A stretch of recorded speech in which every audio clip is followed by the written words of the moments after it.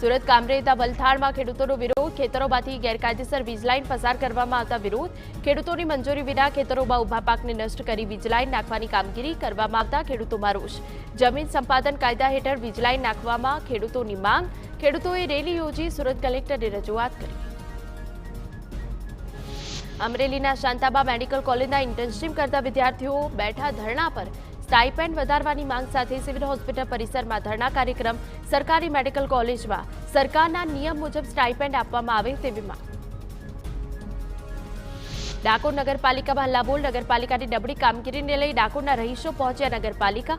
Yamuna park society, Navapura વિસ્તાર અને ભગતજી વિસ્તારના રહીશો રોષે ભરાયા। ઉભરાતી ગટરોને લઈને અનેક રજૂઆત કરી છતાં તંત્રની નથી ખુલતી આંખ।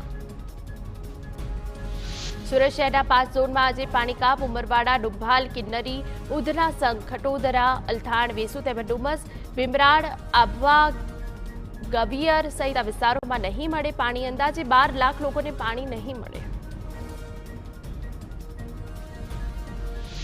મોરબીના રવાપર ગામમાં પાણીના પ્રશ્ન મુદ્દે ધારાસભ્યને રજૂઆત। પ્રમુખ સ્વામી પાર્ક, ઉમિયાનગર 1 થી 3 પાણીનો પ્રશ્ન ઉભો થતા રજૂઆત કરાઈ। ધારાસભ્યે પૂરતા પ્રમાણમાં પાણી વિતરણ કરવાનું આશ્વાસન આપ્યું। મોરબી મચ્છુ 2 ડેમના દરવાજામાં રિપેરિંગ કામ ચાલુ હોવાથી શહેરમાં પાણી વિતરણ બંધ।